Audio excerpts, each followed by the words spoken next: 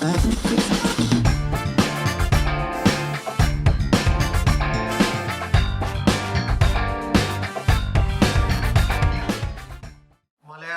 പണ്ടിറങ്ങിയിട്ടുള്ളൊരു സിനിമയാണ് മോഹൻലാലിന്റെ വരവേൽപ്പ് എന്ന് പറഞ്ഞ സിനിമ. അത് നമ്മളെല്ലാവരും കണ്ടതായിരിക്കും. ഇപ്പോൾ ഒരു ബസ് സർവീസ് തുടങ്ങി കുത്തുപാള എടുക്കുന്ന ഒരാളുടെ കഥയാണത്.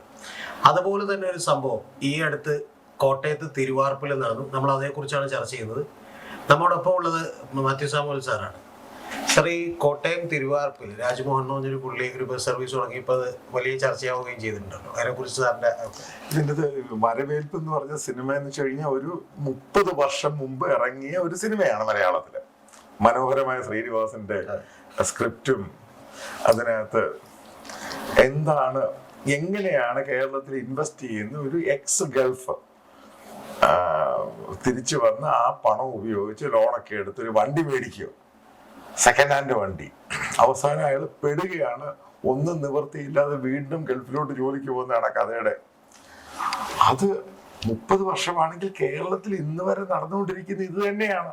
നമ്മളിപ്പോൾ നോക്കുവാണെങ്കിൽ, ഞാനിത് പല ആവർത്തി പറഞ്ഞിട്ടുണ്ട്, ഇപ്പം ഇപ്പം ഇവിടെ കേരളത്തിലെ പലയിടത്തും റോഡിൽ കൂടെ പോവുകയാണെങ്കിൽ അവിടെ ഒരു ആക്ടിവിറ്റീസും ഇല്ലെങ്കിലും 4-5 കടയുണ്ടെങ്കിൽ ഒരു CITUവിന്റെ ഒരു വിശ്രമ കേന്ദ്രം. അവരെന്താ അവിടെ ചെയ്യും? കല്ല് കളിക്കുക, ചെസ് കളിക്കുക. കാരണം ഇവർക്കൊന്നും ജോലിയില്ല. ഞാൻ എത്രയോ പേരെ കണ്ട് ഇവരോടൊക്കെ സംസാരിച്ചു നോക്കിയിട്ടുണ്ട്, ജോലിയില്ല. കാരണം എന്തെങ്കിലും ആക്ടിവിറ്റീസ് വേണ്ട. ഒരു കട തുറക്കാൻ ഇവന്മാരെ സമ്മതിക്കണ്ടായോ?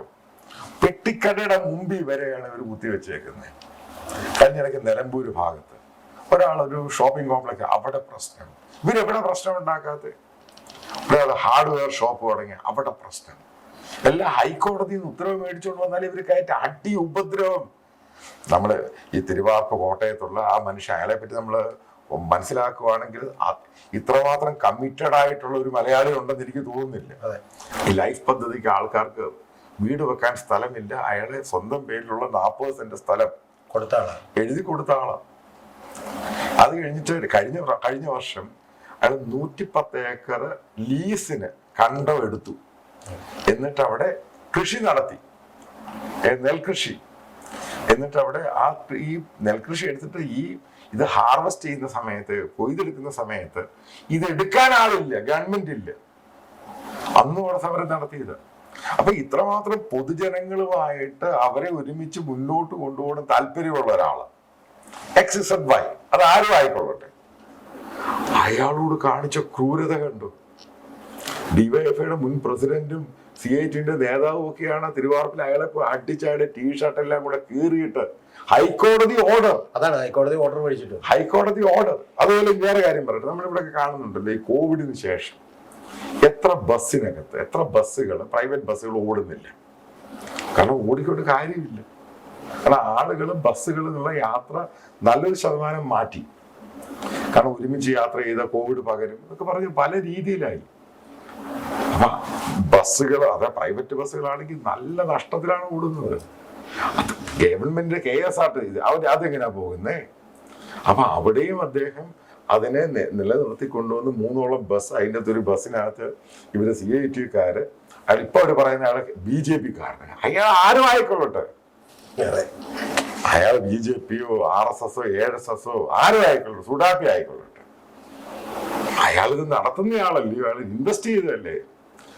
ഇത് ഞാൻ പല ആവർത്തി പറഞ്ഞു. പലരോടും പണ്ടൊക്കെ ഞാൻ ഈ ഇനിഷ്യലി ഡൽഹിയിലൊക്കെ പല വ്യവസായികളോടും ഞാൻ പറയാമായിരുന്നു, കേരളത്തിൽ വരെ. ഞാൻ ഇപ്പോഴും ഒരാളോടും പറയത്തില്ല.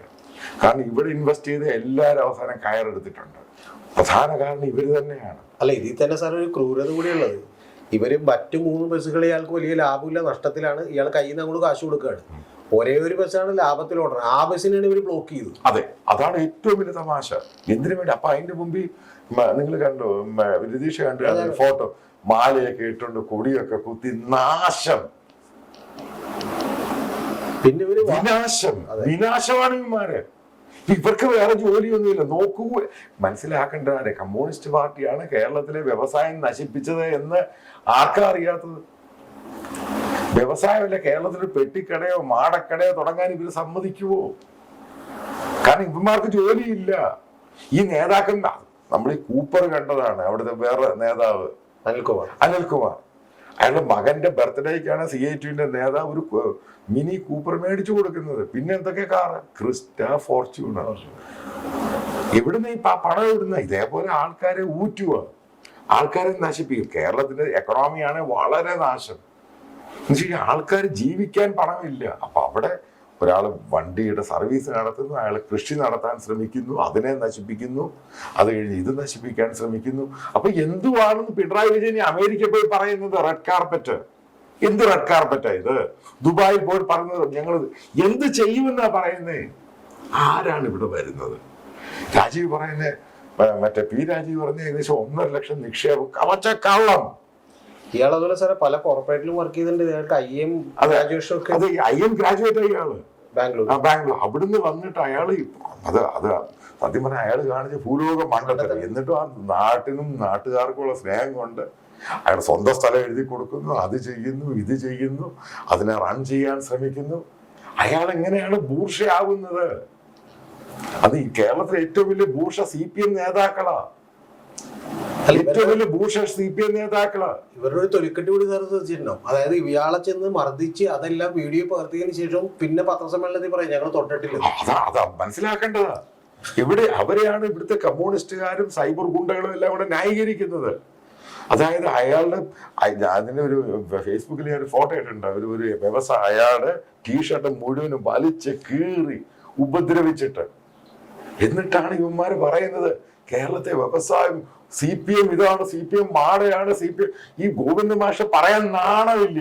ഒരു കാര്യം മനസ്സിലാക്കണം, അദ്ദേഹം കേരള യാത്രയ്ക്ക് മുമ്പ് പറഞ്ഞതാണ് കേരളത്തിൽ ഓരോ വർഷം 20 ലക്ഷം തൊഴിൽ കൊടുക്കുമെന്ന്. ഓർമ്മയുണ്ടാ വീഡിയോ? 20 ലക്ഷം തൊഴിൽ. ചുമ്മാ പുള്ളി ഉദ്ദേശിക്കുന്ന ബിസിനസ് എന്തുവാ? ഷൊർണൂരിനടുത്ത് കൂറ്റനാടുന്ന അപ്പം മേടിച്ച് കേരളയിൽ കൊണ്ട് ഇവിടെ വിറ്റിട്ട് ഒരു ചായ കുടിച്ച്, ഇതാണ് പുള്ളിയുടെ വ്യവസായം. അപ്പൊ അത്രമാത്രം ബോധം വിവരവും ഇല്ലാത്ത മനുഷ്യനാ. അദ്ദേഹത്തിന്റെ ഭാര്യ ആരായിരുന്നു? ആന്തൂർ ശ്യാമള. അവിടെ ഒരു വ്യവസായി വന്ന് വ്യവസായം പണം മുടക്കാൻ വന്നു കഴിഞ്ഞപ്പോ അയാളെ തൂക്കിക്കൊന്നു. അയാൾ ആത്മഹത്യ ചെയ്ത് because of the same lady. അവരാണ് ലണ്ടനിൽ പോയേക്കുന്നത്. ആലോചിച്ച് നോക്കുക.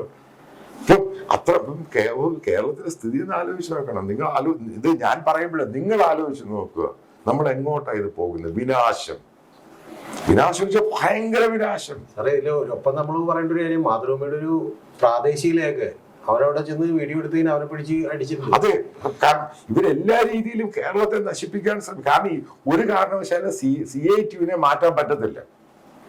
അത് ബേസിക് ആണ്. കാരണം അവന്റെ പാർട്ടിയുടെ മേജർ റിസോഴ്സ് അത്. പെട്ടെന്നൊരു പ്രകടനം നടത്താൻ ഈ ജോലി ഇല്ലാതെ അതിന്റെ തിരിക്കുന്നവരാണ് പെട്ടെന്ന് പ്രകടനം നടത്താൻ വരുന്നത്. പെട്ടെന്ന് റോഡ് ബ്ലോക്ക് ചെയ്യണം ഇവരാണ് വരുന്നത്. പെട്ടെന്നൊരു റോഡിന് ഒരുത്തിന് അടി കൊടുക്കണം ഇവര്. കാരണം ഗുണ്ടകളാണ്. SFI എന്തുവാ? അവരെ ഗുണ്ടകളെ നർച്ചർ ചെയ്യുന്ന, ഉണ്ടാക്കിയെടുക്കുന്ന ഒരു പ്രസ്ഥാനമാണ്. അല്ലാതെ എത്ര SFIക്കാരന്മാർക്ക് ബോധമുണ്ട്?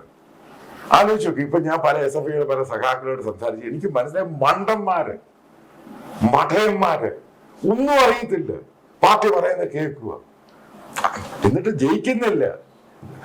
നിഖിൽ തോമസ് എന്ന് പറഞ്ഞ ആ പയ്യൻ ഒരു അധ്യാപകൻ എന്നോട് പറഞ്ഞ, വളരെ സീനിയർ ആയിട്ടുള്ള കോളേജിൽ ഒരു പ്രൊഫസർ പറഞ്ഞു, അവിടെ പഠിപ്പിച്ച കുട്ടികൾ അധ്യാപകർക്ക് അറിയത്തില്ല ഇവരവിടെ പഠിച്ചു തോറ്റാന്ന്. സെയിം വർഷം അവൻ എങ്ങനെ ജയിക്കുന്നത്? സിമ്പിൾ അല്ലയോ അത്? ആ പഠിപ്പിച്ച മറ്റുള്ള പിള്ളേര്, അതായത് കുട്ടികള് അവിടെ BCom അവർക്ക് അറിയത്തില്ലയോ? അധ്യാപകർക്ക് അറിയത്തില്ല, കോളേജ് മാനേജ്മെന്റ്. കാരണം SFIയുടെ നേതാവും കൂടെ ആയിരുന്നു. എന്നിട്ടും അതിനെ ന്യായീകരിക്കുന്നു. ഇപ്പൊ വിദ്യയെ ന്യായീകരിക്കുക. ആലോചിച്ച് നോക്ക്. എല്ലാ കള്ള സർട്ടിഫിക്കറ്റിൽ കൂടെ കയറി വന്ന് ഇവിടെ കേരളത്തിലെ ഇതിന്റെ എന്നിട്ട് ഹൈക്കോടതിയുടെ ഒരു ഉത്തരവാണ് മറ്റേ പ്രിയാവർഗി അത് പൊക്കിക്കൊണ്ട് നടക്കുക. ഇനി അത് സുപ്രീം കോർട്ടുണ്ട്. അത് ഏത് രീതി സുപ്രീം കോർട്ട് തലതിരിച്ച് തലമണ്ടിൽ അടിവരുമെന്ന് കണ്ടിരുന്നോണം. സുപ്രീം കോർട്ടിൽ നിന്നും കേരള ഹൈക്കോടതിയിലെ പല വിധിയും എടുത്ത് ഒടിച്ചു മടക്കി ദൂരെ കളഞ്ഞിട്ടുണ്ട്. ഇങ്ങനെയുള്ള വിധികളൊക്കെ വളരെ കൃത്യമാണ്. കാരണം അവരതിന്റെ ബ്ലാക്ക് ആൻഡ് വൈറ്റും ഇതൊക്കെ നോക്കിയിട്ടാണ് അവർ ചെയ്യുന്നത്. അത് പല കേസുകളും, അതായത് അങ്ങ് ആഹ്ലാദിക്കാൻ വരട്ടെ നിങ്ങൾ പ്രിയാവർഗീസുമായിട്ട് ബന്ധപ്പെട്ട്. സുപ്രീം കോർട്ട് കാണാം എന്താ ഉണ്ടാകാൻ പോകുന്നത്. അതിനുശേഷം നിങ്ങൾ ആഹ്ലാദിച്ചോ? അതിനുശേഷം ഇതേ ആഹ്ലാദം കാണണം. അതാണ് പറയാൻ. അതായത് നമ്മൾ അൾട്ടിമേറ്റ്ലി പറയുമ്പോൾ ഒരു രാജ്യം ഭരിച്ചു കുളമാക്കുക, അതിനെ നാശകൂലമാക്കുക. പിണറായി വിജയൻ നമ്പർ 1. അതിന് പറ്റിയ ഒരു ഉണക്ക പ്രതിപക്ഷം. 2 കേസ് വന്നു കഴിയുമ്പോൾ സതീശനും പുറകോട്ട് പോയി, സുധാകരനും പുറകോട്ട് പോയി. കാരണം ഇനി അവരെന്ത് ചെയ്യും എന്നുള്ളതാണ്. കാരണം അവർക്ക് വിജിലൻസ് കേസ് വരുന്നു, മറ്റേ MP ഗോവിന്ദ് പോക്സോ ഉണ്ടാവുന്നു. തിരിച്ച് ആലോചിച്ച് നോക്കുക, ഒരു ഇന്റിമിഡേഷൻ, ത്രെട്ടൻ ചെയ്യുക, അടുത്ത കേസ് വരാൻ പോവാണ്. പിന്നെ പണം വാങ്ങിയത് 3-4 കേസുകൾ KPCC പ്രസിഡന്റിനെതിരെ, സതീഷിനെതിരെ പുനർജനി എന്നും പറഞ്ഞ് വേറെ വിജിലൻസ് കേസ്. അത് പിന്നെ അത് ED-യുമായിട്ട് കേസാണ്. കാരണം മണി ലോണ്ടറിങ് മറ്റുള്ള രാജ്യത്തിൽ നിന്ന് വന്നത്. അപ്പം ഇവിടുത്തെ പ്രതിപക്ഷത്തിന്റെ സ്ഥിതി ആലോചിച്ച് നോക്കുക. കാരണം അവരും ഭയന്നിരിക്കുക, എവിടേക്കെതിരെ ആർക്കെതിരെ പിന്നുണ്ടാകും. അതായത് പിണറായി വിജയന്റെ ട്രാപ്പിലെല്ലാം വീണു. അവസാനം കേരളത്തെ നശിപ്പിക്കാൻ ഓരോ മലയാളിയും കൂട്ടി നിന്ന് കേരളത്തെ ബംഗാളാക്കി മാറ്റുന്നു. ബംഗാളിനേക്കാളും കഷ്ടമാക്കി മാറ്റുക. കാരണം ബംഗാളിനെ പറ്റി ശരിക്കും പഠിക്കണം. എന്താണ് ഇവിടെ ഉണ്ടായത്? ഗാങ്സ്റ്റർ സ്റ്റേറ്റ് എന്നാണ് CPM ഭരിച്ച ബംഗാളിനെ പറ്റി പിന്നീട് പുസ്തകം എഴുതിയതും ആൾക്കാർ പറയുന്നത്. നമ്മളിവിടെ രക്ഷപ്പെടാൻ എന്താ മാർഗം? ഓരോ മലയാളിയും ചിന്തിക്കുക, അല്ലെ കേരളം നരകിച്ച് നാശമായി പോകും. ഇന്ത്യയിൽ എല്ലാ സ്റ്റേറ്റുകളും കുതിക്കുവാണ്. ഒരു സമയത്ത് നിങ്ങൾ ആലോചിച്ചു, പലരും പറയുന്ന സംഭവമുണ്ട്, UP-യില് ശമ്പളം കുറവ്. മനസ്സിലാക്കുക, UP-ന്ന് എത്ര പേര് ഇവിടെ ജോലിക്ക് വരുന്നു? ഏറ്റവും കൂടുതൽ വരുന്ന ബംഗാളിൽ നിന്നാണ്. UP-ലിപ്പം മെച്ചമാണ് ശമ്പളം. അവിടെ BJP ഭരിച്ചാലും മറ്റേ അവിടെ മെച്ചമാണ്. പണ്ട് ബീഹാറിൽ നിന്നുള്ള ജോലിക്ക് ബീഹാറിൽ നിന്ന് വരുന്നില്ല. ഏറ്റവും കൂടുതൽ വരുന്നത് ഇപ്പോഴും ബംഗാളികളാണ്. ബംഗാളികൾ CPM-ന്റെ കോട്ട. അവിടെ ഭരിച്ചതിൻ്റെയാണ് ഗുണം കാണുന്നത്. അവിടുന്ന് ഇവിടെ ജോലിക്ക് വരുന്നു. അതിന്റെ കാരണം എന്താ? നിങ്ങൾ ചെയ്യുന്ന സംഭവമാണ്. നിങ്ങൾ റെഡ് ഫോർട്ടും പാർട്ടി വില്ലേജും ഒക്കെ ഉണ്ടാക്കാൻ ശ്രമിച്ച് അവരെ നാശമാക്കി.